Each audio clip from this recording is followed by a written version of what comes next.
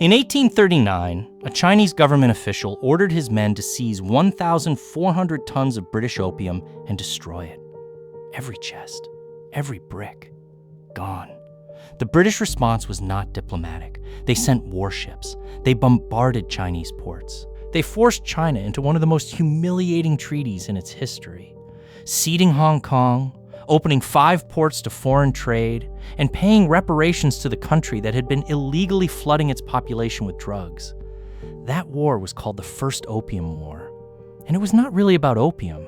It was about tea. Specifically, it was about the fact that Britain had become so completely, catastrophically addicted to a leaf grown only in China that it was willing to run a global drug operation, addicting millions of people to opium just to afford its daily cup. The most powerful empire in the history of the world brought to its knees by a hot drink. This is the real history of tea.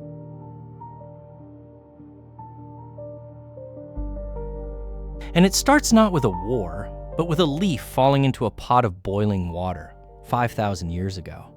The origin story most people know is almost certainly false. The legend says that in 2737 BC, the Chinese Emperor Shen Nong was sitting in his garden. A leaf from an overhanging tree blew into his pot of boiling water. He tasted it. He was immediately struck by its restorative properties. And so tea was born. It's a beautiful story. It's almost certainly a myth. Shen Nong is a legendary figure, not a historical one, and the first reliable written references to tea drinking don't appear until around the 3rd century AD. But the legend persists because it contains something true about how this plant was initially understood. Not as a beverage, not as a luxury, as medicine. The earliest confirmed references to tea in Chinese texts describe it as a medicinal preparation, something to clear the mind, something to treat digestive problems, a bitter, functional drink, closer to a herbal remedy than anything you'd pour over ice on a summer afternoon. The Tang Dynasty, 618 to 907 AD, is when everything changed. A Buddhist monk named Lu Yu wrote a treatise called the Cha Jing, the classic of tea. It's one of the most remarkable documents in the history of any beverage. It didn't just describe how to make tea, it described the philosophy of tea, the spirituality of tea, the precise water temperature required for different varieties, the specific clay composition of the ideal teapot, the correct posture for drinking it. Lu Yu turned tea from a medicinal drink into a cultural institution. He made it sacred. And once it was sacred, it spread. Buddhist monks carried it to Japan. Tea ceremony, chado, became one of the most codified and spiritually significant rituals in Japanese culture. The preparation of a single bowl of matcha, following rules unchanged for centuries, is still practiced today. By the time the Mongols conquered China in the 13th century, tea was so embedded in Chinese civilization that even the conquerors adopted it. But Japan's relationship with tea deserves its own moment. Because what happened to tea in Japan is the clearest example of what this plant does to every civilization it touches. It doesn't just become a drink. It becomes a lens through which an entire culture sees itself. Sen No, Rikyu was a 16th century tea master who formalized what is now called the Japanese tea ceremony. He reduced everything to its essence. The tea room should be small, no larger than 4.5 tatami mats. The architecture should be rough and humble, not decorated. The utensils should be simple, even irregular. The bowl handed to the guests should be turned so its front faces away from them, a gesture of modesty. Every movement, every placement, every silence in the ceremony was prescribed. Sen no Rikyu served the most powerful warlord in Japanese history, Toyotomi Hideyoshi. And in 1591, Hideyoshi ordered him to commit ritual suicide. The exact reason remains disputed. But the most widely accepted explanation is that Sen no Rikyu's influence had become too great. A man whose authority came from the correct preparation of a hot drink had become more powerful, culturally, than the man with the army. Hideyoshi killed him for it. That is what tea does. It doesn't just hydrate. It accumulates meaning until it becomes something worth killing over. Then it crossed the ocean, and everything changed again. Portuguese sailors were the first Europeans to encounter tea in China in the 16th century. They brought samples back. Europe was mildly curious, largely unimpressed, and mostly moved on. Then, in 1662, a 23-year-old Portuguese princess named Catherine of Braganza boarded a ship for England to marry King Charles II. She brought a dowry that included Bombay, Tangier, and trading rights across the Portuguese Empire. She also brought a chest of tea. Catherine was a tea drinker. In Portugal, which had established trading posts in Macau, tea had already become a fashionable drink among the aristocracy. She drank it daily. She served it to her guests at court. And because she was the Queen of England, what she drank became what everyone wanted to drink. This is how tea conquered Britain. Not through trade, not through advertising, through one woman's personal habit imported as part of a royal marriage settlement. Within a decade, tea was the fashionable drink of the English elite. Within a generation, it was becoming something the middle class aspired to. And within a century, it was something the entire country, from the aristocracy to the factory worker, simply could not function without. That transformation did not happen cleanly. It happened through crime. The British government looked at the exploding demand for tea and did what governments always do when they see something people desperately want. They taxed it. By the late 18th century, the tax on tea in Britain had reached 119%. 119%. Think about what that means. A product people were willing to pay almost any price for, taxed at more than its own value by the government selling it. The predictable result followed immediately. An enormous, sophisticated, highly organized criminal underground grew up around tea. The same way it had around sugar, the same way it would later grow around alcohol during Prohibition. By the late 18th century, smugglers were importing roughly 7 million pounds of illegal tea into Britain every year. The British government's legal, taxed imports sat at around 5 million pounds. The criminals were outperforming the empire. The smuggled tea had its own problems. Because the profit margins depended on volume and the product was unregulated, adulterants were common. Ash leaves, hawthorn leaves, dried, used tea leaves, re-dried and resold. Sheep's dung, mixed in to give counterfeit tea convincing weight and color. And for fake green tea, copper carbonate, a poison, painted onto leaves to restore their color. Britain was a nation slowly poisoning itself with counterfeit tea while its government collected taxes on the legal version that almost nobody was buying. In 1784, Prime Minister William Pitt, the younger, cut the tea tax from 119% to 12.5% in a single stroke. Smuggling collapsed almost overnight. Legal consumption doubled within years. The criminal tea economy evaporated, exactly as it always does when the underlying price becomes competitive. But fixing the tax only solved half the problem, because Britain still had to pay for tea. And that was where the real catastrophe was waiting. China had something Britain desperately wanted. Britain had almost nothing China wanted in return. The Qianlong Emperor made this explicit in a letter to King George III in 1793. His response to Britain's request for expanded trade was direct. His empire, he wrote, possessed all things in prolific abundance and lacked no product within its borders. There was therefore no need to import the manufactures of outside barbarians in exchange for Chinese produce. The outside barbarians, that was Britain. The most powerful empire in the world, being told, politely but unmistakably, that China had no use for anything it made. China would accept payment for tea in one currency only, silver. Britain began sending silver to China in enormous quantities. Its treasury started draining. Its trade balance collapsed. A nation addicted to tea was watching its hard currency disappear into China with no way to stop it. Someone at the East India Company, the corporation that essentially ran Britain's colonial trade, with its own army, its own navy, and its own legal authority to wage war, made a calculation. China would accept silver. Britain had to generate silver.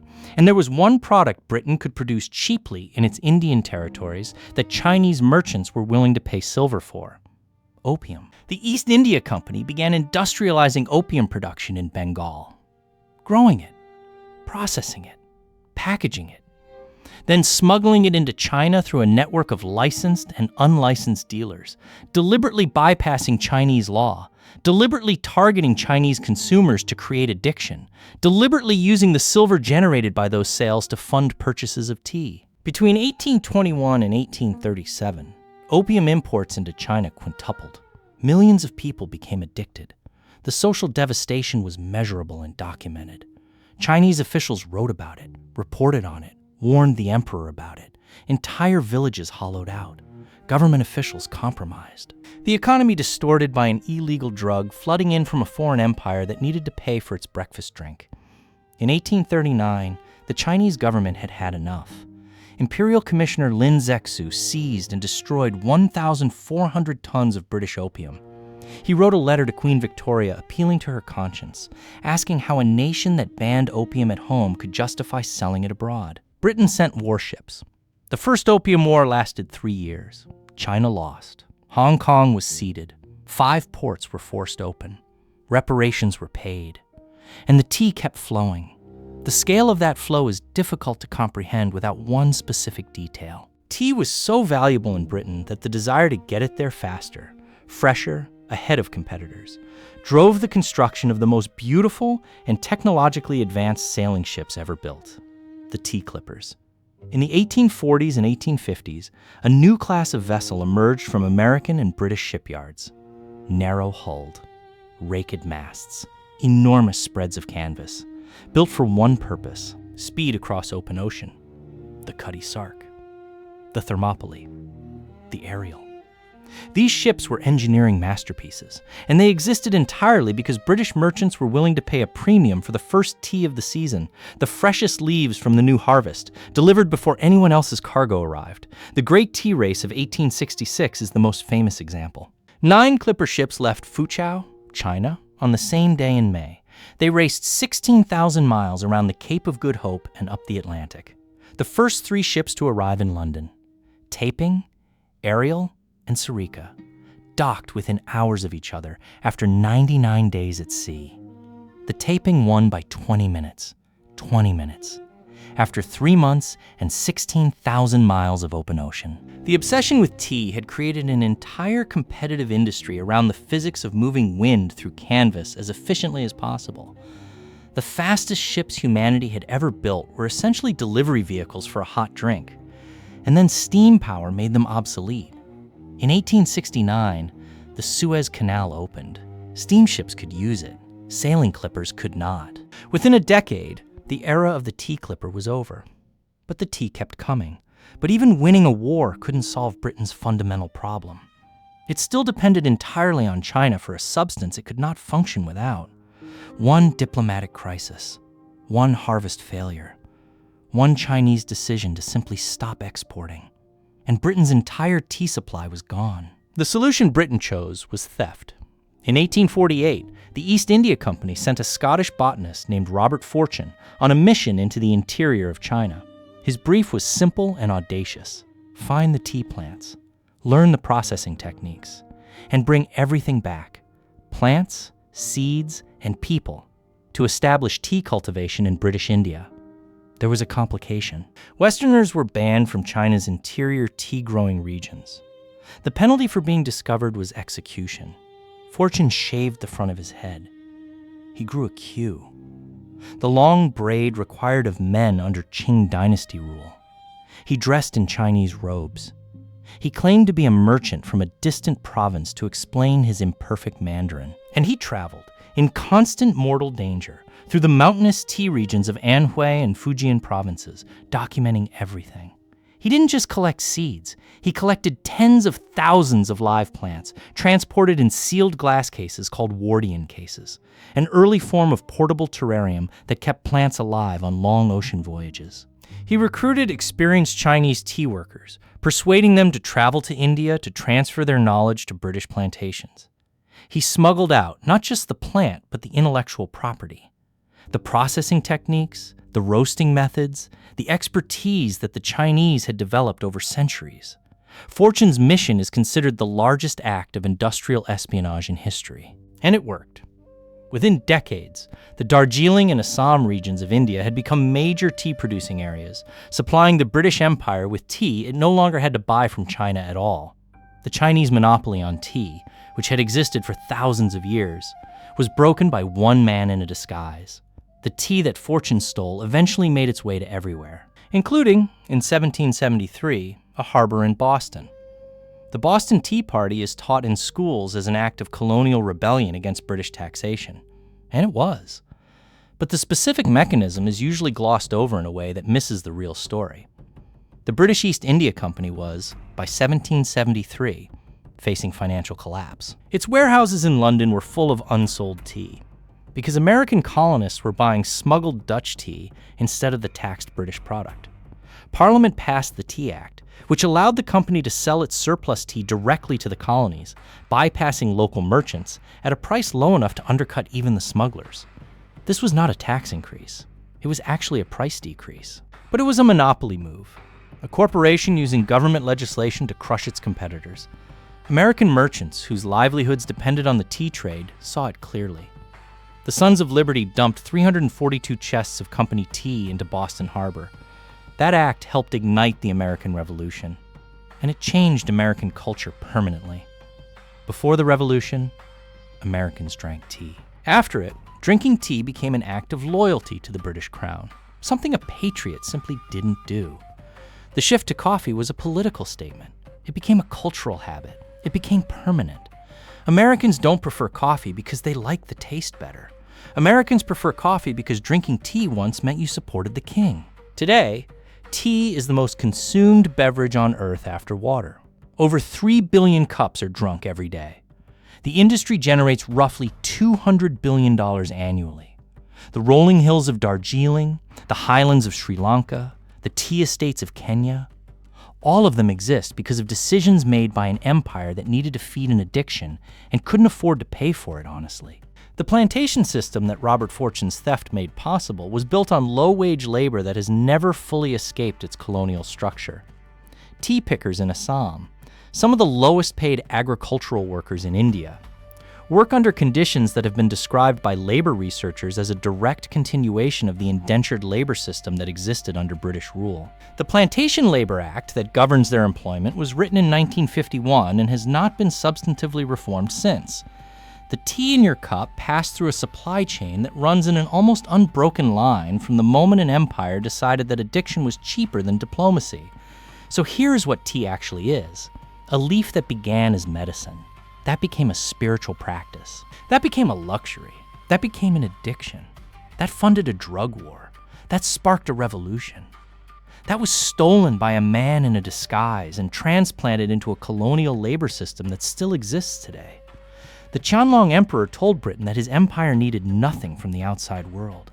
He was right about everything except one thing. He didn't understand how far an empire would go for a hot drink. Now you do. The next time you put the kettle on, take a second before you pour. You're not just making tea.